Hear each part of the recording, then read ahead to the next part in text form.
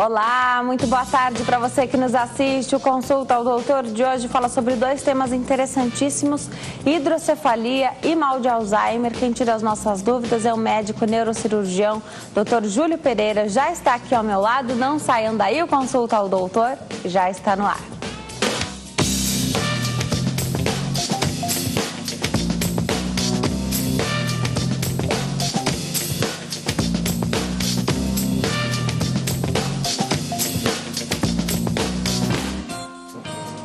Olá, para você que nos assiste de qualquer parte do mundo, Consulta ao Doutor já está no ar hoje para falar sobre hidrocefalia e mal de Alzheimer. Esses dois temas vão ser esclarecidos aqui durante o programa e existe uma relação nesses temas. Quem tira as nossas dúvidas hoje é o Dr. Júlio Pereira.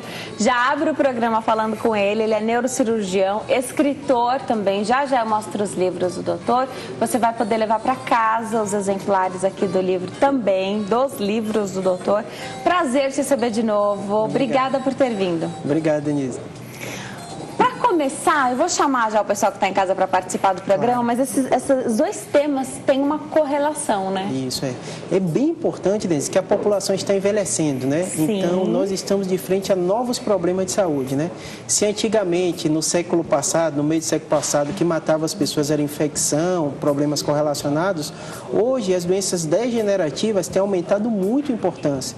Então, algumas doenças que a gente até desconhecia com a população envelhecendo, a população do Brasil hoje, né, a média de idade da mulher é de 80 anos de idade. Então, novos problemas têm surgido. Um deles tem sido a hidrocefalia de pressão normal. O que se trata isso? Seria um problema na absorção do líquor. O líquido que envolve todo o sistema nervoso da gente, ele começa a se acumular e isso dá uma doença que muitas vezes os sintomas podem ser confundidos com a doença de Alzheimer, que sem dúvida é a principal causa de demência. Então, só para você ter uma ideia da importância do tema das demências, nos Estados Unidos, o NIH é uma das áreas que eles mais investem em pesquisa. Então, lá nos Estados Unidos, no Brasil, está acontecendo muito isso. Um dos problemas que mais consome a população e que gera um custo muito alto, já que não se trata só do paciente, se trata dos cuidadores também, do familiar, então tem sido um tema bastante discutido. Perfeito. Só para você ter uma ideia do que vai ser o nosso bate-papo aqui de hoje, a nossa entrevista do Consulta ao Doutor. Então participe, ligue para cá, 0 operadora 11 3337 5886, 3337 5886. Participe também pela nossa rede social favorita, que é o Facebook. O tema já está lá. Então aproveita, já manda sua pergunta comentando, escrevendo na linha do tempo ou deixando a sua mensagem particular. Quando você não quiser ser identificado, me avise que não quer ser identificado nessa mensagem, tá? Super fácil de entrar, facebook.com/consulta ao doutor. Ou você estando no seu perfil, vai lá no mecanismo de busca, que é uma lupa, escreve o nome do programa, você já consegue nos encontrar. É importante que você curta a nossa página, porque isso sinaliza que você tem interesse no nosso conteúdo. A partir daí você fica despreocupado, vai receber diariamente, de segunda a sexta-feira, qual o tema do programa que vai ser falado aqui no nosso bate-papo. O Dr. Júlio Pereira já esteve aqui, nós já tivemos a oportunidade de mostrar os livros do doutor. Eu vou pedir para o Rodrigo mostrar aqui para a gente. Escrita em letra de médico. É uma das publicações do doutor. Você que está em casa quer ter esse livro aí? Hoje, então, você comenta lá, escreve sua pergunta, participa e você pode levar isso para casa. Nós temos um desse, temos um também, após um tumor cerebral. O doutor conta a história desse livro já, né? Que super interessante também. E nós temos... Opa, baguncei tudo aqui. Nós temos a versão traduzida também em inglês. Se você tiver interesse em ter esse livro em inglês também, de repente quem está estudando, né, já quer aproveitar, praticar um pouquinho. Eu fazia muito isso, eu faço isso até hoje, porque a gente tem sempre que continuar estudando a língua que a gente não fala todo dia, né? Com certeza. Então, super importante. De repente você lê um livro em português, depois você lê o mesmo livro em inglês. Acho que isso é super bacana. Doutor, trouxe algumas coisas para a gente mostrar aqui também. Agora, doutor, o que eu não sabia que você já falou, foi a sua primeira fala aqui na nossa entrevista, e como é bom a gente poder se informar, né? Receber, se nutrir de informação. A pessoa pode adquirir hidrocefalia na vida, porque eu imaginava a hidrocefalia como algo congênito. Então, um bebê que nasce com hidrocefalia. Conta pra gente. Corretíssimo o seu raciocínio. É muito mais comum, e a gente ouve falar muito mais tempo, a hidrocefalia congênita. O que seria? Se a gente entende um pouquinho o funcionamento, a gente entende o que é isso. A gente produz, nosso próprio organismo produz o líquor, esse líquor fica no sistema nervoso da gente e isso fica circulando. A gente tem em média 150 ml, mas durante o dia isso é trocado 3 vezes, então no total são 450. Então qual seria o raciocínio? Se você tiver qualquer problema no mecanismo de produzir muito ou absorver pouco, ou tiver algum tipo de obstrução, isso dá uma hidrocefalia. Então, a hidrocefalia do recém-nascido, que é uma das formas mais comuns, é que a criancinha nasce com problema nessa circulação do líquido e isso acumula no cérebro. Então, essa é a forma mais comum. Existem outras causas, sem dúvida. A meningite é uma das principais causas adquiridas. Alguém tem meningite, o líquido não consegue circular direito e dá hidrocefalia. E hoje a gente está vendo essa hidrocefalia de pressão normal do idoso, que durante a vida essa parte que absorve o líquor, ela começa a ter um probleminha na absorção e esse líquido começa a se acumular, dando um tipo que os sintomas são diferentes. No bebezinho a cabecinha começa a crescer, muitas vezes no ultrassom, vê no ultrassom, na hora que a mãe vai fazer o ultrassom obstétrico, vê esse aumento do ventrículo, e outros quando nasce, se não é feito pré-natal adequadamente, quando nasce com a cabecinha, o perímetro cefálico um pouquinho maior, identifica e faz o tratamento. Quais são as consequências de uma hidrocefalia? Então, já desde o lado do bebê? Isso. E quando ela é adquirida também? Qual a especificidade do sistema nervoso? A gente tem o crânio. O crânio, o cérebro está dentro do crânio, né? Então, se você tem um aumento desse líquido dentro, o cérebro vai sofrer. Tá. Então, por isso que a gente vê muitas vezes criança que não foi tratada adequadamente em tempo hábil, tem alguma alteração cognitiva ou do desenvolvimento por causa da hidrocefalia. Então, dentro do crânio, temos o cérebro. Vamos mostrar ali o cérebro também. Aqui. Isso. Então, ele sofre... Isso. Ele sofre a pressão contra o crânio. Entendi. E acaba sofrendo.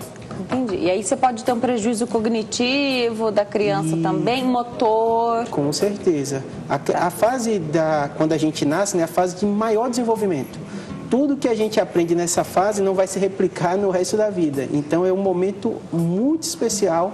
Então, se você tem algum probleminha nessa fase, que as mães perguntam muita gente quando estão de frente a uma criança com hidrocefalia, isso vai gerar alguma consequência? Muitas vezes, se for tratado a tempo e de forma adequada, essa criança pode ter um desenvolvimento normal, já que o cérebro dela é normal, na maioria das vezes. Perfeito. Entendeu? Eu acho sensacional a gente falar isso, porque às vezes no ultrassom já é um momento lindo, mas é um momento em que a mulher fica mais fragilizada com uma informação, uma notícia dessa, né? Com certeza. O importante é saber o que fazer com essa informação, né? Então é ter o profissional que vai saber passar essa informação para essa mulher. Sem dúvida. E eu estou passando por isso recente, né? Minha esposa está grávida de 8 meses, então cada fasezinha do ultrassom... Quase tendo bebê já. Então, quando você como médico sabe as dúvidas que geram, mesmo sabendo que 98% das vezes vai ocorrer tudo bem, né? Mas o importante é você estar informado e saber fazer as avaliações. Para não se desesperar, Com né? certeza. De repente a mulher perde o eixo ali ao receber essa informação. Calma. A gente tira as dúvidas aqui também. Tem telespectadora na linha, doutora, muito gostoso falar com você que está em casa. Eu converso agora com a Amália, aqui de São Paulo. Oi, Amália, tudo bem? Boa tarde. Tudo bem. Seja muito bem-vinda, obrigada por ter ligado. Eu assisto sempre o seu programa. Obrigada. Pode fazer sua pergunta. Eu queria saber se tem a ver com mal de Parkinson. Você quer saber que hidrocefalia e Alzheimer tem a ver com mal de Parkinson também? Também, porque eu tremo do braço esquerdo. Você então sofre um tremor do lado esquerdo? Isso, eu fui no neurologista, ele falou que é mal de Parkinson, eu estou tomando os remédios, né? Até ver se eu ponho acho que é um eletrodo no cérebro. Tá bom.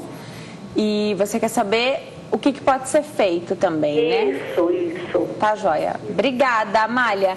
Um beijo para você. A Amália trouxe um elemento diferente aqui do que a gente propôs no tema do programa, mas acho espetacular também, porque falar sobre o cérebro, a gente acaba desvendando tantas coisas, né? Onde é que entra o Parkinson? Isso. Talvez a Amália tenha lido e tem uma relação, sim, muitas vezes de confundir a pessoa, e muitas vezes o profissional de saúde tem que ficar atento a isso. O que acontece? A hidrocefalia de pressão normal, ela é uma tríade. Essa tríade é composta pela alteração cognitiva, que muitas vezes, pelo paciente que tem isso, ser idoso, confunde com a doença de Alzheimer. Ele tem uma alteração de marcha, ele tem uma marcha que é como se tivesse um ímã no pé, então ele tem uma dificuldade de caminhar. O paciente parkinsoniano também tem uma dificuldade de caminhar. Então, por Parkinson acontecer muitas vezes em paciente com maior idade, maior que 60 anos, também pode confundir. E ele tem o último fator da tríade que a gente chama incontinência urinária. Então, a hidrocefalia de pressão normal ela é composta por essa tríade. Então, muitas vezes, quando o paciente senta de frente para o médico e começa a contar os sintomas, e muitas vezes a doença está de forma inicial, é difícil diferenciar essas doenças. Então, o médico vai ter que fazer uma avaliação, muitas vezes pedir o exame, já que na hidrocefalia o ventrículo vai estar dilatado, e muitas vezes fazer outros testes. Então, a pergunta dela é coerente porque, assim, tem uma alteração de marcha também que acontece no paciente de Parkinson. Sobre o tratamento, é difícil a gente especificar num caso específico da Amália, mas a gente pode falar que na doença de Parkinson o tratamento evoluiu muito. Então, ela falou da medicação e falou do eletrodo, né, no final. Hoje já existe cirurgia também, que a gente diz que é a neurocirurgia funcional, que muitas vezes é necessário colocar um DBS, que é como se fosse um marca-passo cerebral. Só que o mais importante da Amália é fazer o que ela está fazendo, acompanhar com o neurologista dela, ele vai avaliar as medicações, e em algum determinado momento pode ser necessário. E ele vai fazer os encaminhamentos, nesse caso, chegam para o neurocirurgião, gente. Agora, do Parkinson, não tem o retrocesso da doença, não se fala em retroceder a doença, né? Mesmo fazendo essa colocação desse marca-passo no cérebro, né? Isso. As doenças degenerativas, que o Alzheimer entra nela, a doença de Parkinson também, você até hoje não tem um tratamento que modifique o curso da doença, dizer alguém está curado da doença. Mas, por outro lado, existe um controle muito bom. Então, o que é que eu falo? Todo paciente que tem doenças que a gente, neurocirurgião, lida. Se você tem um controle bom e você tem uma qualidade de vida boa, pouco importa que você ainda mantenha a doença, se você está muito bem. Mas, sem dúvida, vai precisar de um controle periódico, na maioria das vezes com o neurologista. Perfeito. Vamos atender outra telespectadora que está na linha, Maria Isabel, fala conosco da Zona Leste, aqui de São Paulo. Oi, Maria Isabel, tudo bem? Boa tarde. Tudo bem, boa tarde. Seja bem-vinda. Eu tenho um neto que ele nasceu prematuro e usa aquela válvulazinha, né? E nós estamos assim preocupados. Ele é normal, assim, tem uma inteligência, a gente vê ele inteligente, mas ele não fala. Ele já está com 2 anos e 6 meses. Uma época, assim, ele falava um oi, um achou, coisas assim mínimas, mas agora não fala mais nada. Então a gente está preocupada com isso, não sabe se foi porque a minha filha tirou ele assim da cama dela para dormir no berço, quando tinha uns 4 meses para 5, e não sei se afetou alguma coisa. Ele chorou normal assim, uns 3 dias, depois parou. Você contou pra gente, Maria Isabel, que ele tem uma válvula, é isso? Isso. Então ele nasceu com hidrocefalia. Nasceu com hidrocefalia. Foi diagnosticado depois de 1 mês. Ele estava já lá no hospital ainda, e foram vendo a cabeça dele que estava crescendo, né? E foi tomada essa atitude de fazer essa operaçãozinha, colocou a válvula, mas ele é normal, bem. O único problema é que ele não fala. A única coisa é na fala, né, que incomoda a família. Tudo que ele quer, ele vai empurrando a gente para onde ele quer. A gente tem sim estimulado ele para ver se ele fala, mas... Tá bom. Maria Isabel, obrigada pela sua pergunta, viu? A gente sabe da importância, né, das perguntas dos telespectadores aqui para o bom andamento do programa. Cada um traz um elemento novo, né, uma situação que está passando. A sua dúvida é a dúvida de outras pessoas. Obrigada, Maria Isabel. Doutor, vamos falar. Você trouxe uma válvula, trouxe uma válvula. Doutor, super preparado para essa entrevista hoje. Obrigada, viu, doutor? Fala dessa válvula para a gente. A primeira coisa da válvula é entender como ela funciona. Eu acho e eu acredito que seu programa faz muito isso, a informação é uma das coisas mais importantes. Sim, não ocupa espaço, é uma maravilha ter informação. Isso, né? E tranquiliza um pouco as pessoas. Né? No caso da Maria Isabel, o mais importante é ela ter o médico dela de referência. Tá. O pediatra é um profissional que faz o acompanhamento constante dessa criança e vai avaliar quando tiver algum probleminha a mais. O desenvolvimento da criança a gente sabe que é uma constante. Então, a primeira coisa para a Maria Isabel é ter o pediatra dela, provavelmente, se ele colocou uma válvula, ter um neurocirurgião acompanhando e fazer o acompanhamento. Eu vou dar algumas informações gerais para ela se informar um pouquinho e tentar ajudar um pouco nesse caso. O que seria uma válvula? Eu trouxe uma válvula, que é uma válvula do mesmo jeito que o médico tem acesso e que a gente utiliza. Então, isso é a válvula. Esse a gente chama que é o catéter craniano da válvula, ou catéter proximal. Esse que o médico faz um furinho no crânio e, a partir daí, ele coloca essa válvula lá dentro, podendo ser nesse ponto ou no pontozinho aqui atrás. Tem duas variações que o médico define. Isso. E aí você coloca essa válvula daqui, ela vai parar dentro do ventrículo. O que seria o ventrículo? Se onde esse líquido está acumulado. Eu trouxe um modelo aqui pequeno do ventrículo, ele tem formato de C e a válvula fica aqui dentro. Legal. A partir daí, esse líquido saindo dessa parte do catéter craniano, ele vai passar pela válvula propriamente dita, que é isso aqui. Legal. Isso aqui que regula a pressão, de quanto vai drenar, se vai drenar muito, menos. Hoje a gente já tem uns mecanismos bem interessantes, que são as válvulas reguláveis. O médico, sem fazer um procedimento, pode mudar a pressão da válvula. E essa válvula aqui passa pelo subcutâneo, chegando até, na maioria das vezes, na região peritoneal. Então, por isso que a gente vê que esse catéter é bem compridinho, né? Porque a válvula fica aqui na região cervical, occipital, e desce até a região abdominal. Tá. Já você me fala, dá um recadinho para quem está em casa. Você me fala, onde é que vai ficar isso? Esse fiozinho aí, a pessoa que precisa colocar, dá para ver?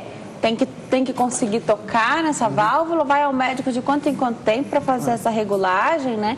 Porque acredito que não seja uma coisa que simplesmente colocou e deixar lá, resolveu o problema, tá? Já você me fala como é que fica isso, é super importante. Tem telespectadora na linha que a gente atende daqui a pouquinho.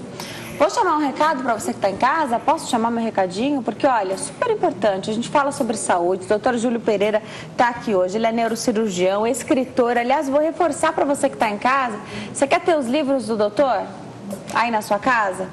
Depois, após um tumor cerebral, você pode ter esse livro aí na sua casa. Aqui eu tenho duas versões, uma em português e uma em inglês. Você pode ter esses livros aí na sua casa. Segura aí que eu vou mostrar Escrito em Letra de Médico também, que é um outro livro. O doutor tem se dedicado bastante. Aliás, a história desse livro, após um tumor cerebral, eu acho sensacional, que você se colocou, é um livro de ficção, você se colocou na situação de ter um tumor cerebral diagnosticado. A gente já falou sobre tumores cerebrais aqui com o doutor Júlio Pereira, ele explica já a história desse livro, tenho certeza que você vai querer ter um em casa. Tem a versão em inglês também, muitas pessoas nos assistem de outros países também, de repente você quer ter um livro desse, ou mora aqui mesmo, mas quer estudar esse livro, quer ler esse livro em inglês também, fica à vontade, manda uma mensagem lá no Facebook, facebook.com/consultaodoutor. Dá uma paradinha no nosso bate-papo, já atendo a nossa telespectadora que está na linha também. Vou voltar para o bate-papo com o doutor Júlio, já atendendo a nossa telespectadora Maria do Carmo, fala conosco aqui de São Paulo. Oi, Maria do Carmo, tudo bem? Boa tarde. Boa tarde. Seja bem-vinda. Eu gostaria de saber do doutor, pode perguntar. porque eu estou com muita dor de cabeça e muito esquecimento. Você tem alguma coisa com Alzheimer? Doutor, olha a pergunta da nossa telespectadora. Está com dor de cabeça, esquecimento. Será que pode ser relacionado com Alzheimer, doutor? Pergunta de 90% das pessoas que hoje passam dos 70 anos e vivem com muita qualidade, atividade, uma falta da memória, um esquecimento, seja ele o menor que a gente pode imaginar, né? As pessoas já têm esse medo. Isso, Eu sou neurocirurgião, né? Então, teoricamente, eu trato com muitas doenças neurocirúrgicas, né? Que já passaram pelo clínico, pelo neurologista, mas, sem dúvida, é uma queixa muito comum. Para você ter ideia, a dor de cabeça é uma das queixas mais comuns no pronto-socorro. Além disso, o esquecimento também é uma queixa muito comum no consultório. Então, qualquer paciente que tem essa queixa, o mais importante é ela ter o clínico dela, o médico da família que acompanha e conhece ela. Para você ter uma ideia, Denise, o esquecimento, na verdade, pode ser uma desatenção. Alguém muito estressado, muito preocupado, pode ter essa queixa e referir ao médico como esquecimento, né? Então é importante ela conversar com o médico da família dela, o clínico que vai fazer essa avaliação. A dor de cabeça também, né? A enxaqueca tem uma prevalência de quase 15% a 20% da população. Então são sintomas muito comuns. O que é importante são sintomas comuns, mas existem doenças graves que podem dar esses sintomas. Então a melhor pessoa mais indicada para individualizar o caso e fazer essa avaliação seria o médico que já conhece ela. O clínico. O clínico. Agora, para o Alzheimer, não tem cirurgia, né, doutor? A doença de Alzheimer tem tido um investimento muito grande, Denise. Para você ter uma ideia, no NIH, que é esse órgão de saúde norte-americano, uma das áreas que mais recebeu fundo de pesquisa é a doença de Alzheimer. Como a gente falou, né, ele tem um custo para o paciente, né, a vida do paciente fica completamente limitada. Além disso, ele tem um custo para a família, já que algumas doenças, principalmente as doenças neurológicas e neurocirúrgicas, eu sempre falo para o paciente, não adoece só o paciente, adoece a família também que precisa cuidar, que são os cuidadores desses pacientes. Então, hoje tem sido investido muita coisa tentando se investigar se alguma cirurgia, alguma estimulação pode melhorar, mas até hoje não se chegou uma evidência suficiente para mudar a conduta na doença de Alzheimer. Tá. Tem telespectadora na linha, mas eu volto para saber também do que eu tinha perguntado aí da válvula, posicionamento. Tudo bem, eu explico. Porque existe um medo muito grande, né? Acho que o medo maior é até quando é criança, né? Porque se é no idoso que isso é feito, o idoso já sabe o manejo, né? Já entende. A gente sabe que viver mais, né, nos custa alguns problemas de saúde, né? E aí a medicina tem trabalhado para nos dar qualidade de vida, ainda que tenhamos esses problemas de saúde. Eu sempre falo que o importante é envelhecer com qualidade. A gente quer envelhecer, porque a outra opção é muito ruim, que é morrer jovem, né? Todo mundo quer envelhecer, essa é a verdade. Vou atender a Lourdes, fala conosco de Osasco, aqui em São Paulo. Oi, Lourdes, tudo bem? Oi, tudo bem. Boa tarde, seja bem-vinda. Obrigada. Pode perguntar. Então, eu gostaria de saber do doutor, assim, eu tenho uma filha, hoje ela tem 18 anos. Foi descoberta a hidrocefalia dela quando ela tinha dois aninhos, né, que ela não andava, então eu levando o médico, tudo foi onde acabou descobrindo que era hidrocefalia. Aí eu comecei a ir para os médicos, aí eles queriam operar por válvula, aí eu sempre pedindo para Deus não deixar, e foi indo, foi assim, sempre passando, aí fazendo tratamento nas clínicas para poder, só para chegar para operar, mas nunca chegou a operar. Então, assim, foi passando o tempo, foi passando, aí o médico, cada vez que eu chegava, ele falava, vamos esperar mais um pouquinho, então, mãe, vamos ver, né, como que fica. Aí mandava eu voltar, depois de 6 meses, aí foi passando tanto tempo, foi até por 1 ano, depois 2 anos, e foi passando, e graças a Deus, toda vez eu ia pedindo, Deus, não deixa, não deixa. Até chegou na clínica a última vez, na junta médica ali, que era para fazer, aí foi escolhido, né, falou, hoje ela vai ficar. Aí quando falou, nossa, eu fiquei assim, muito assim, apavorada, né, porque eu falei, tinha outras crianças que precisavam mais do que ela, porque ela é muito perfeita, eu achava ela assim perfeita, era só a cabecinha que tinha aumentado, ficava grande, mas ela, né, e não andava, era isso, arrastava, mas o resto era perfeita, então eu fiquei tão apavorada, então eu falei assim, aí eu saí de lá, falei, não quero. Fala, mãe, mas não pode, você vai ter que até assinar um termo, porque, né, você desistiu, você não quer operar. Eu falei, não, olha, eu falei, eu confio em Deus, né? Ele falou, mas o problema é que futuramente ela pode haver ter esquecimento, essas coisas. Então foi feito vários exames, vários acompanhamentos. Então eu achei que realmente não tinha necessidade. Aí eu acabei desistindo. Eu falei, ele falou, pode tirar? Eu falei, pode tirar o nome da minha filha. Eu falei, abaixo de Deus os médicos, mas, né, então eu entrego na mão dele, seja o que Deus quiser. Hoje ela tem 18 anos. Assim, o que acontece esse dia é que ela fica assim, eu vejo que ela esquece um pouco, muitas coisas. Então, eu vejo que pode estar sendo isso, né, a consequência do que ele falava, que ela podia vir a ter esquecimento futuramente. Tá bom, então, meu medo é esse. Se ela continua tendo esse esquecimento muito e vai se prolongar isso, ou uma hora passa. Porque, obrigada. Assim, né, a hidrocefalia dela estacionou, ela foi estacionada, graças a Deus, ela Passou noite, então não tem. Tá certo, Lourdes. Muito obrigada pela sua participação. O doutor já entendeu aqui também. Foi diagnosticado, então, aos 2 anos a hidrocefalia. A mãe sempre resistindo. Então, enquanto dependeu dela ali, hoje a menina tem 18 anos, mas enquanto dependeu dela, ela hesitou, não fez a cirurgia de colocação dessa válvula.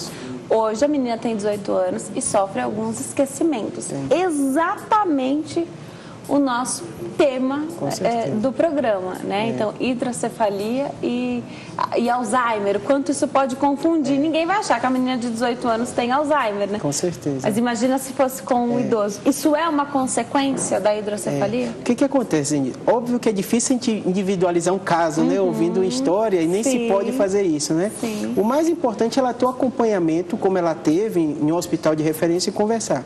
O que acontece muito na área de saúde é que a medicina não é matemática, né? Então, se fosse tão fácil, né, não é doutor? simples, não é simples. Não é simples decidir, não é simples decidir operar. Todo o procedimento tem risco. E o papel do médico é informar a família. A decisão sempre final é do familiar, é do acompanhante, e o médico pondera sobre os riscos dessa decisão, né?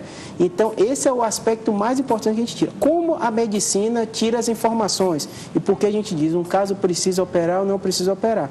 Através de estudos científicos. Então, você pega uma gama de pacientes, se analisa esses casos e percebe-se que os pacientes que têm o ventrículo aumentado, tem sintomas disso, colocar a válvula, mesmo o risco, que é o medo de todo mundo, né? Isso. Quando você fala em fazer uma neurocirurgia, isso vai trazer mais benefício do que você não fazer nada. Perfeito. Então, essa é a realidade da medicina, né, e da ciência. Você decide as coisas baseado em evidência. O que é que no mundo todo as pessoas têm estudado e têm feito. Perfeito. Agora, enquanto eu me preparo para dar um recadinho, vai respondendo daqui. Quando os médicos, então, decidem que para aquele caso há necessidade de colocar essa válvula. Isso. Então, tem mais benefícios colocar esta válvula do que deixar o paciente sem ela, né? Isso. É para a vida toda que fica essa válvula? Então, não quero usar esse exemplo, mas... Então, a pessoa nasceu, foi diagnosticada aos 5 anos, de repente, ou mais tarde ainda. Os médicos decidiram, claro que tem o medo dos pais, né? Decidiram que há necessidade, tá bom, então vamos enfrentar essa situação. Vai ficar para sempre? Tem que fazer algum tipo de manutenção? Qual é o controle? Isso. Então, o que acontece? A gente já mostrou, né? Esse é o catéter craniano, que ele fica na parte do ventrículo e drena o líquido. Isso aqui é a válvula, e essa válvula ela é conectada tudo pelo subcutâneo. Então, quando você vê o paciente, você não vai ver, ele vai ver ele perfeitamente, sem nenhuma outra anormalidade. E ele passa pela parte subcutânea, chegando até, na maioria das vezes, é um dos locais que a gente coloca no peritônio. E esse líquido que está acumulado no crânio começa a ser desviado, é como se fosse um bypass, você muda o fluxo desse líquido. Então, mais ou menos seria esse o raciocínio de se colocar a válvula. Por quanto tempo isso fica? Pelo tempo de vida do paciente, quando no caso ele tem uma normalidade congênita e precisa disso. Perfeito. Vou dar um recado também de saúde para você que está em casa. Nós estamos de volta ao Consulta ao Doutor de hoje, fala sobre hidrocefalia e mal de Alzheimer, com o Dr. Júlio Pereira, que é médico, neurocirurgião, escritor também. Você que está em casa pode ter aí na sua casa os livros do doutor, Após um Tumor Cerebral, na versão em português, na versão em inglês também. Adorei, doutor. Quem teve a ideia de traduzir o livro? Foi a própria editora. Porque você atinge um outro público, né? E com e-book hoje, né? Você está na Apple Store, está na Amazon, em todos os locais, né? E tem um outro escrito em letra de médico também, que faz o maior sucesso. Eu tenho uma telespectadora para atender. Eu falo agora com a Ana, aqui de São Paulo. Oi, Ana, tudo bem? Boa tarde. Tudo bem, Denise. Boa tarde. Seja bem-vinda. Obrigada, que bom falar com você. E eu que fico feliz de ter a sua confiança, viu? A gente sabe que cada um que liga, manda sua pergunta no Facebook também, acaba compartilhando um pouquinho da vida, da história. Isso é fundamental aqui para nós. Obrigada por essa confiança, Ana. Tá bom. Pode perguntar. Olha, a minha pergunta é essa, que eu tive um filho, ele nasceu em 1971, e ele teve um problema muito grave, né? quando ele nasceu, e ele sentia que ele batia os pezinhos, as mãozinhas, ficava todo cianótico. Inclusive os médicos falaram que ele não ia sobreviver. E agora ele está com 44 anos, né? Mas ele não conseguiu aprender a ler. E ele assim esquece as coisas, ele é bastante nervoso. Eu levei no médico, mas o médico falou assim que ele, com o tempo, ele aprendia. Ele conhece letra, ele conhece os números, mas ele não junta as letras. Qual foi o problema ao nascimento, Ana? Olha, ele demorou muito para nascer, foi um forte, né? Tá. Então eu queria saber se tem alguma coisa a fazer. Né? Ele é casado, tem um filho, mas assim, ele tem a língua um pouco enrolada, sabe? Tá. Tá bom, Ana. Muito obrigada pela sua pergunta, doutor. O que a gente pode tentar esclarecer aí para Ana? O mais importante é a Ana ter o neurologista, provavelmente, o filho dela. Hoje a reabilitação evoluiu muito, né? Antigamente, quando você tinha um paciente com determinado problema, você não tinha muita opção, né? Hoje a gente sabe que o cérebro da gente, mesmo quando ele tem um dano, ele tem um aspecto que chama plasticidade. Tá. Então, não há tempo para isso, né? Óbvio que quando você imagina uma pessoa com longo tempo de problema, né? Mas ele pode se readaptar. Então, o caso do filho dela específico, o ideal é ele conversar com o neurologista que já acompanha para ter as orientações. Isso também é fundamental, porque aí a nossa telespectadora ligou para cá, ela teve o filho que hoje tem 44 anos, lá em 1971. Graças a Deus, muitas coisas mudaram, outras tantas vão mudar, né? Para melhor, né? Então, de repente, lá atrás, você teve um diagnóstico, isso para qualquer especialidade, viu? Qualquer problema, né? Qualquer pedrinha que apareceu no teu caminho, e um dia alguém te deu um diagnóstico que não foi muito favorável, busca. A medicina evolui muito, né? Para você ter ideia, a medicina hoje ela é universal. Então, a linguagem que a gente fala nos Estados Unidos, no Brasil, na Europa, a informação chega junto para os médicos. A gente tem uma ferramenta de busca de artigos e milhares de artigos são colocados diariamente. Então, cada vez mais a gente observa que as coisas estão mudando numa velocidade muito grande, né? Então, por isso que é importante o paciente não só ter o médico que vai esporadicamente, mas ter o médico de referência que acompanhe. Porque muitas vezes essa novidade, essa mudança da abordagem, os médicos sempre estão se atualizando, colocando guidelines novos. A medicina baseada em evidência evoluiu muito. Então, você tem diretrizes hoje que saem quase no mundo inteiro. E as diretrizes podem se modificar ano após ano. Então, o médico de referência deles, o médico da família ou o clínico geral pode dar essa orientação melhor. Se o paciente já tem uma doença neurológica, ele já vai ter o neurologista dele acompanhando, que também vai poder dar o direcionamento. Então, as coisas mudam, né? Constantemente. Na ciência, um dia pode ser completamente diferente no outro. Perfeito. Rapidamente, já que a gente vai hoje presentear o público com os teus livros, fala a história desse livro aqui pra gente, doutor. Como é que você teve a ideia de escrever um livro? É um livro de ficção, após um tumor cerebral. Quem lê, pensa que vai ler aqui a história de alguém que teve um diagnóstico de tumor. Como você teve essa ideia, doutor? Eu acredito, Denise, que assim, pelo fato de eu não ter nenhum parente médico, né? Sempre a medicina foi algo meio difícil, né, de você entender esse dia a dia de médico. Então, talvez por isso que eu gosto tanto de informar, estar nas redes sociais, tudo isso, né? E um determinado dia eu tive uma surdez súbita. Eu parei de ouvir de um ouvido e o médico que eu fui pediu uma ressonância, né? Eu, neurocirurgião, residente na época, com a surdez fazendo a ressonância, podia ser um tumor. E nesse tempo que eu esperava o convênio autorizar para fazer, eu fiquei imaginando, e se eu tiver um tumor? Você já era médico? Eu já era médico residente. O que eu faria de minha vida? E a gente sabe que a doença está aí para todos, né? Sim. Todo não paciente escolhe, não escolhe. Não escolhe ninguém. Todo paciente que eu dou diagnóstico, ele está geralmente com o acompanhante, eu falo, você descobriu a sua doença, o seu acompanhante vai ter, eu vou ter, e eu tendo o tumor, o que eu faria? Então o livro é de ficção, mas tem um pouco de mim também nesse livro. Adorei. Importante, né? Acho fundamental. Eu sempre falo aqui, quem assistiu ao programa sabe que eu me posiciono dessa forma.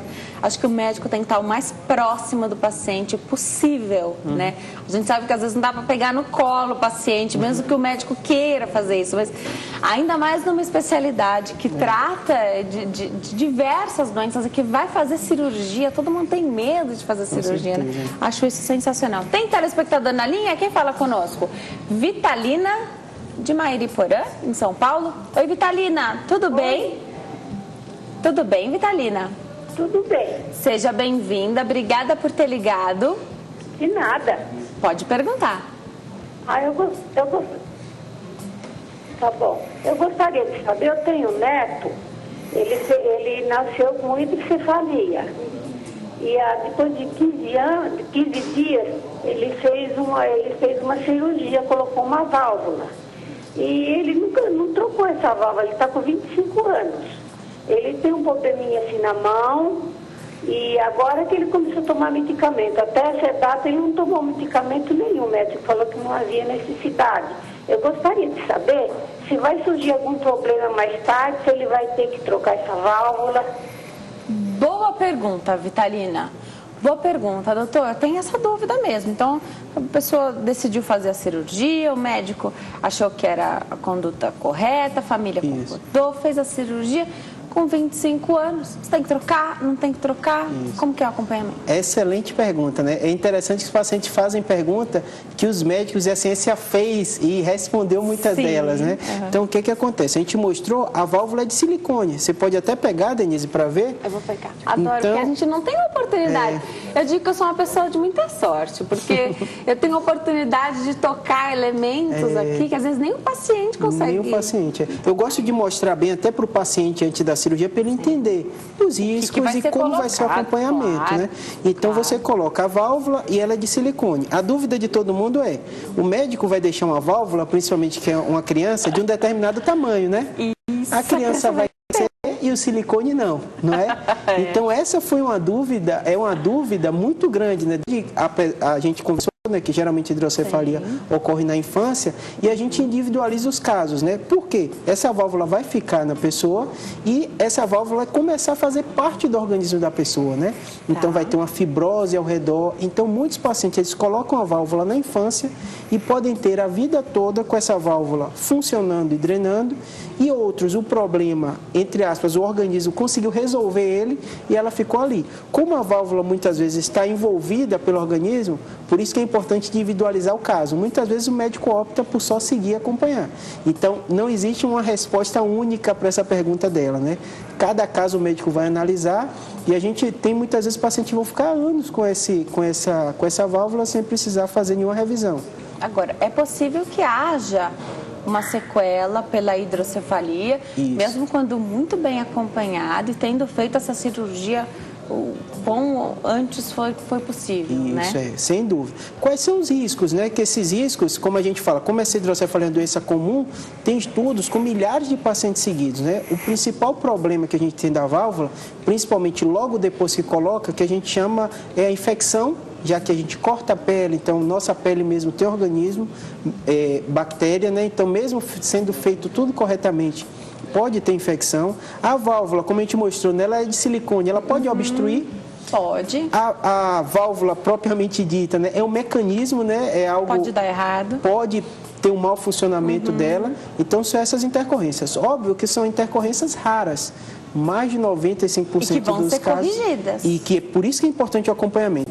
Tendo algum problema, tendo sintoma, o médico vai avaliar e ver naquele caso. Precisa trocar a válvula, precisa revisar, tudo isso. Perfeito. Agora, doutor, as pessoas têm perguntado muito sobre o Alzheimer, então, já que está aparecendo na nossa tela também. Hoje o que a gente está falando aqui é de uma correlação de hidrocefalia e mal de Alzheimer que pode ser confundido lá quando é uma pessoa que já tem um pouco mais de idade, né? Perfeito. O que é mais comum de acontecer? A hidrocefalia de pressão normal. Até anotei aqui, esse é o termo que se fala? Corretamente. Por que de pressão normal? É a pressão arterial? Não, é a pressão da válvula. O que é importante a gente entender? Essa doença é relativamente recente, né? Da década de 60, tem um neurocirurgião colombiano que descobriu ela. Então, o que é que ele percebeu? Que existiam pacientes, alguns pacientes, que o ventrículo dele começa a aumentar, mas de forma muito lenta. Então, não vai dar o quadro de hipertensão intracraniana, que é uma emergência, que é a hidrocefalia da criança, do adulto, da meningite, do tumor ocorre. E esse paciente vai tendo perda gradual. Então, ele lembra muito a doença degenerativa. O paciente começa a ter dificuldade de marcha, é o paciente que vai começar a ter uma dificuldade de memória, é um paciente que vai começar a ter incontinência urinária. E a gente descobriu... Olha só, até pela incontinência urinária tão comum, você pode chegar à hidrocefalia, né? Isso, Então, são sintomas, é uma tríade, né? Então, por que a correlação dele com a doença de Alzheimer, né? Por que esse tema de hoje, né? Porque a gente sabe que aproximadamente 50% das vezes, a causa de demência é a doença de Alzheimer. Numa porcentagem também, a segunda principal causa é uma demência que a gente chama de demência vascular. Ah, mas não fala agora ainda das demências não, que eu vou te interromper rapidinho. Tudo bem. Tem tanta coisa interessante pra gente falar aqui. Vamos segurar só um pouquinho para eu dar um recado para você que está em casa. Hoje nós falamos sobre Alzheimer, hidrocefalia. Em algum momento esses temas se esbarram. Quem tira as nossas dúvidas é o Dr. Júlio Pereira, está aqui comigo hoje. Você já sabe, é sempre muito bem-vindo aqui no Consulta ao Doutor.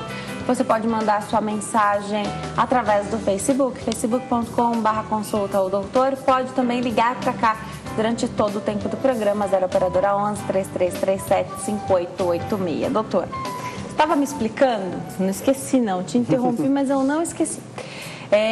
Do que pode levar alguém, então, os primeiros sintomas de uma hidrocefalia já lá na terceira idade, de repente, que ninguém poderia imaginar, né, doutor? Via de regra, a gente não imagina. Eu não sabia que poderia existir a hidrocefalia, que não fosse congênita, que é o mais comum, que todo mundo fala, né? Até uma incontinência urinária pode ser um sintoma de hidrocefalia. Ninguém pensa nisso. Doutor, existe, você estava me explicando, falar das demências, pode continuar, mas existe o crescimento do cérebro? Existe o crescimento da circunferência, mesmo quando é na terceira idade? Isso. Aí não ocorre mais o crescimento da circunferência como na criança. Perfeito. Isso é que dá o sintoma. O líquido começa a se acumular, comprime o cérebro e a caixa craniana não deixa crescer. Então, quais seriam as causas de demência, né? Como a gente falou, a principal causa seria a doença de Alzheimer. A demência vascular é a segunda principal causa e, além disso, existem outras causas. Qual a grande importância que a hidrocefalia de pressão normal tem tido e tem sido muito discutida? É porque uma causa incomum, apenas 5% aproximadamente das causas de demência é a hidrocefalia de pressão normal, mas é uma causa tratável. 5%. Apenas 5%, mas é uma causa tratável. Diferente das outras demências, que são dos grupos das doenças degenerativas, né? Você pode ter um procedimento, que é a colocação dessa válvula, uma válvula regulável, e pode melhorar muitos dos sintomas. É difícil o médico precisar qual deles vai melhorar, então você tem que fazer alguns testes, que a gente chama teste preditor da melhora.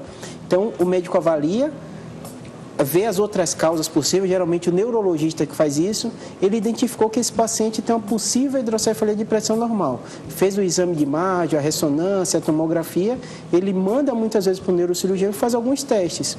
Um deles é tirar o líquido da coluna, é quase simular como a válvula vai funcionar, né? E ver se a redução desse líquido da coluna vai gerar alguma melhora no sintoma. Nessa avaliação você consegue predizer qual seria a possível melhora desse paciente, no caso da colocação da válvula. Perfeito. Já eu volto para saber como é que o paciente chega para esse diagnóstico, né? Porque às vezes ele fica tentando curar uma incontinência urinária e os outros problemas todos, sem passar pelo médico que vai conseguir fazer esse diagnóstico da hidrocefalia, tá? Vou atender uma telespectadora que está na linha. Eu falo agora com a Irma, aqui de São Paulo. Oi, Irma, tudo bem? Boa tarde. Oi, boa tarde. Seja bem-vinda. Obrigada. Pode perguntar. Eu queria perguntar para o doutor que a minha família tem um histórico de Alzheimer muito grande. Minha mãe teve Alzheimer, meu irmão com 65 anos teve Alzheimer, a minha irmã com 70 anos está com Alzheimer.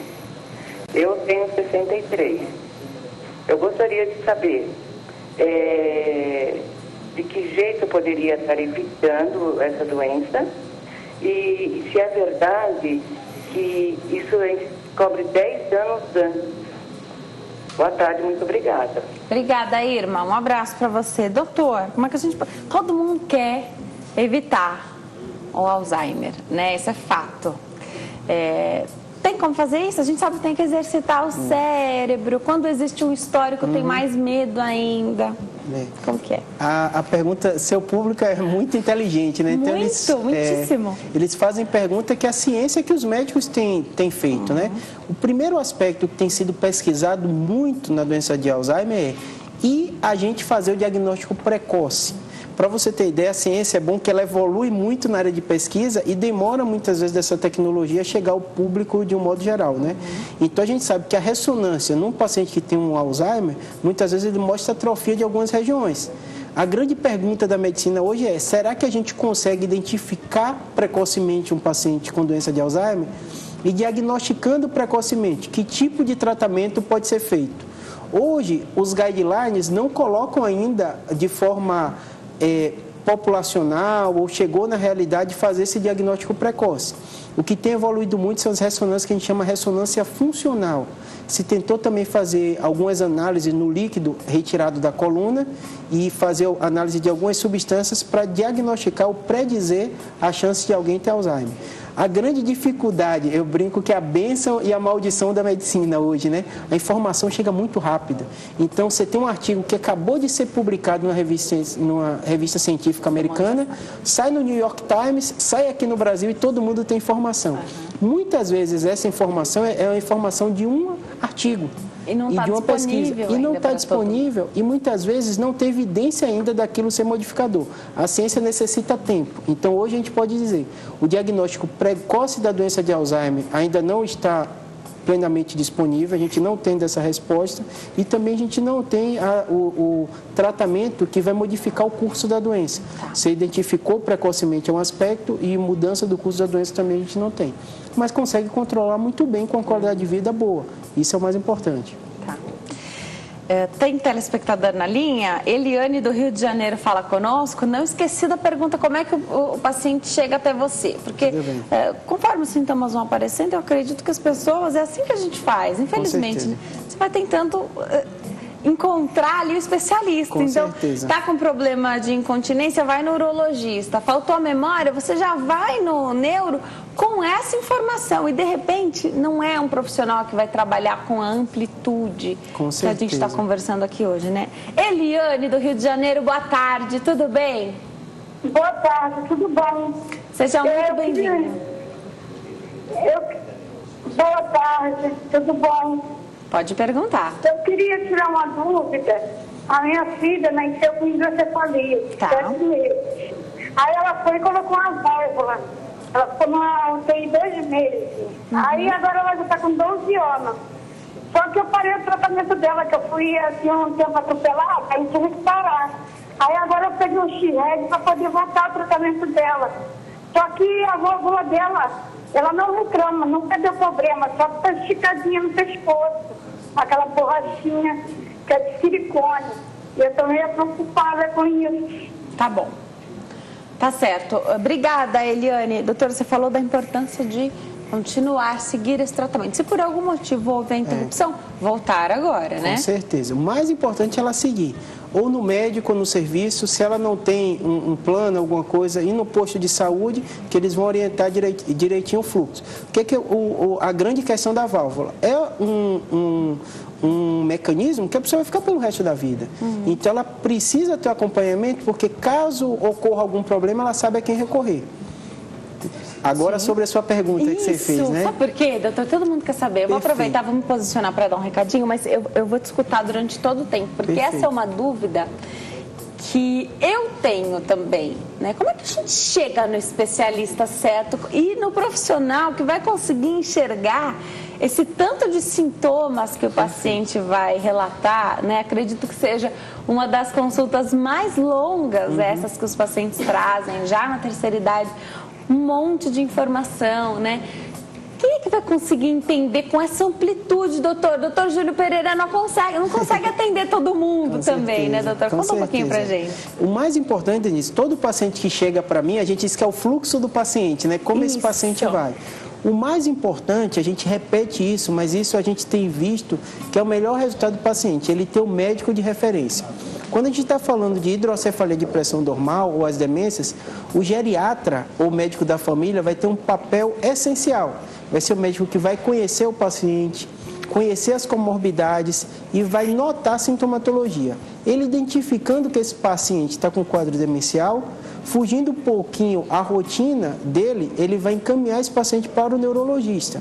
O neurologista vai abrir o leque das demências, né, que existe uma série de subtipos de demência, e em alguns casos ele vai identificar, né, como a gente falou, é um quadro de demência raro, a hidrocefalia de pressão normal, mas é um quadro que pode modificar a vida de um paciente, sendo tratado e tendo uma boa resposta.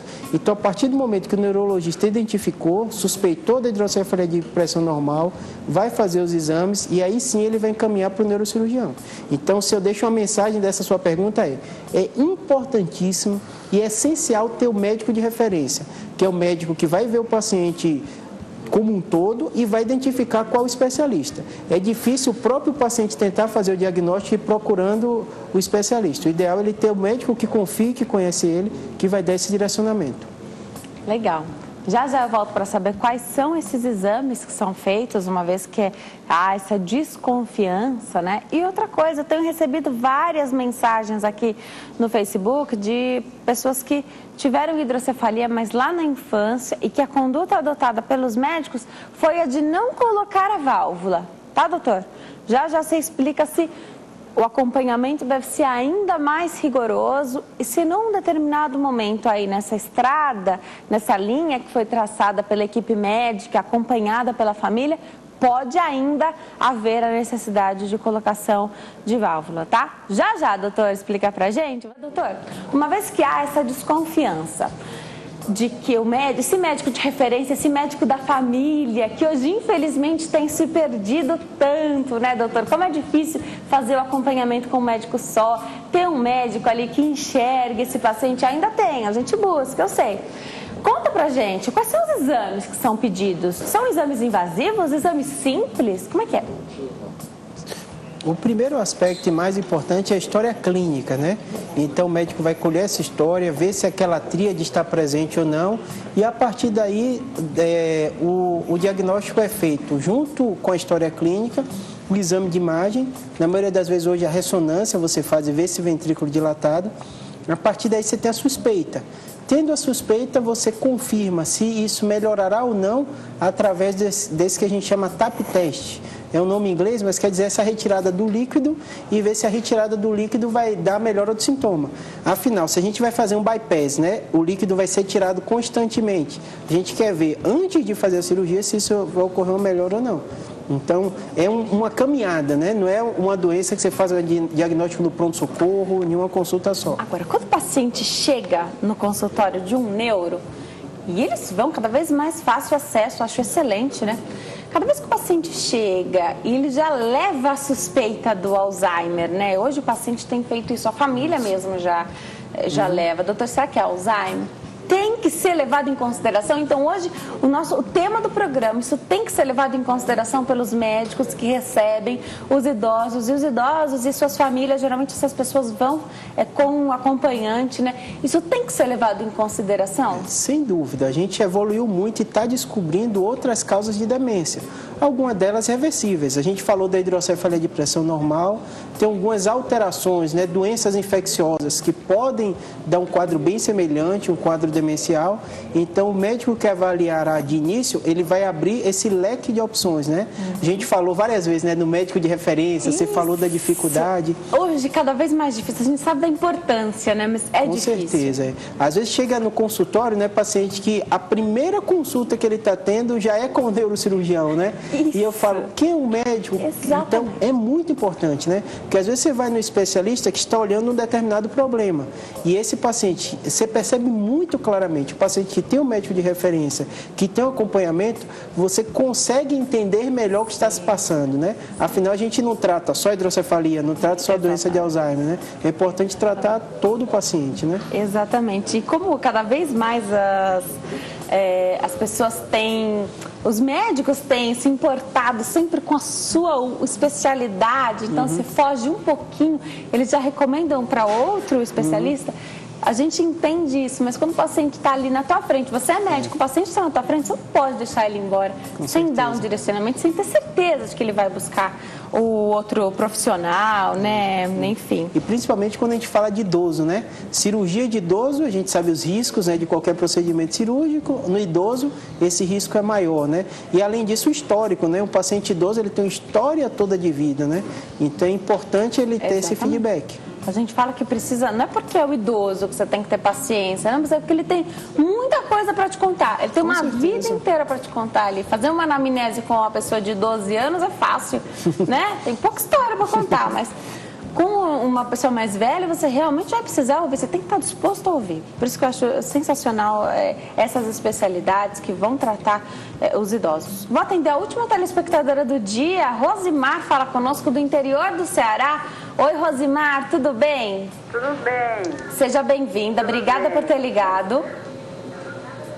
Obrigado, digo eu. Pode perguntar, querida. Eu queria saber o seguinte, doutor. Eu tenho 58 anos, eu tive uma AVC em 2009.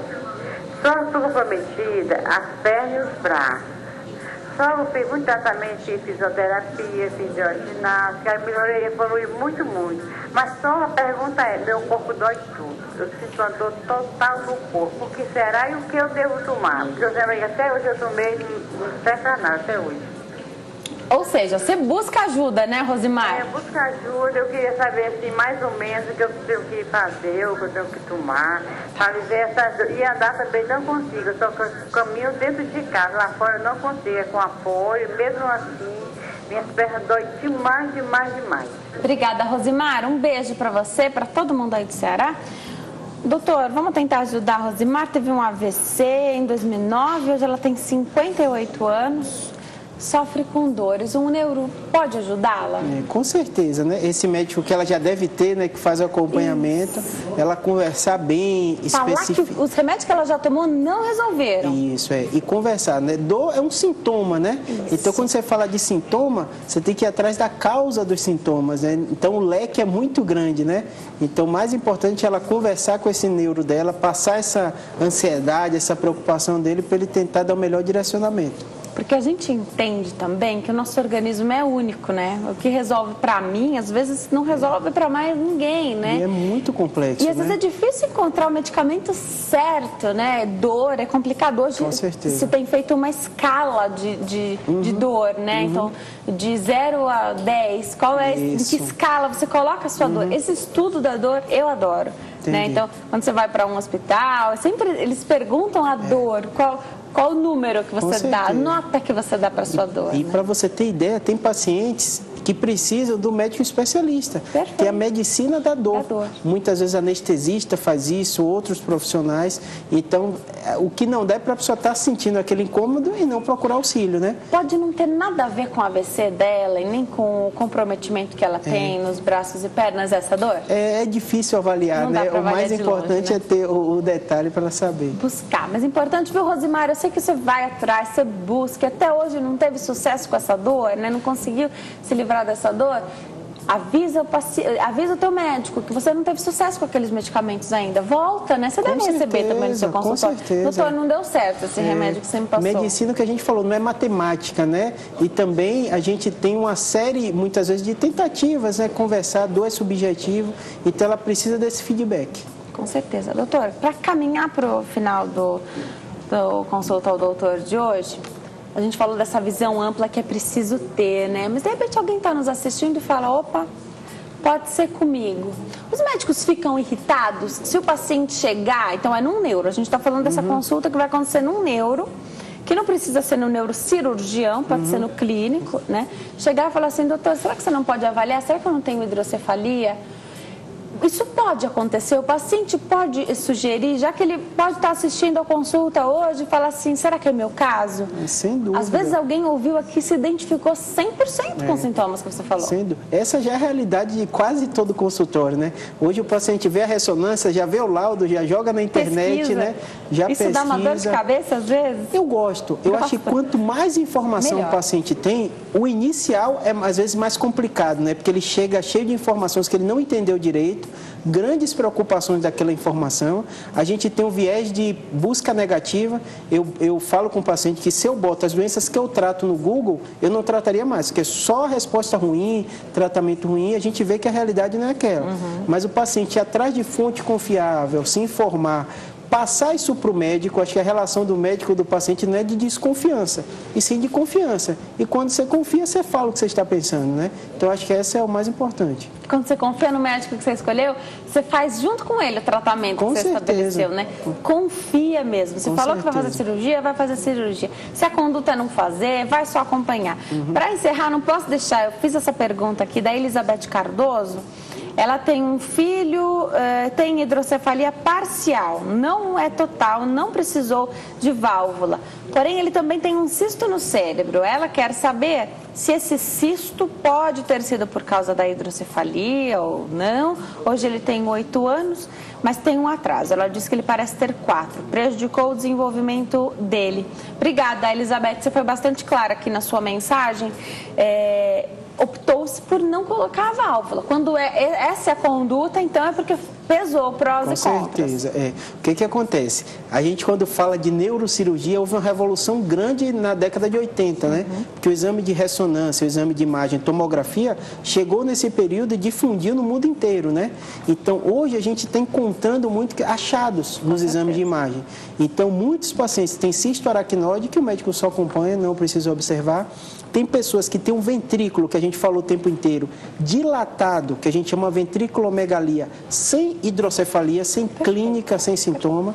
Então, muitas vezes é um achado de exame, né? Por isso que essa conversa de médico, né, não substitui fazer uma série de exames, não é ler laudo, não é só estar na internet, mas sim conversar. Muitas vezes você encontra achados de imagem, um paciente sem clínica, você pondera os riscos e segue essa imagem. O cisto aracnoide que ela colocou é um dos achados muito frequentes. Alguns estudos colocam na ordem de 1 a 2% da população ter cisto aracnoide.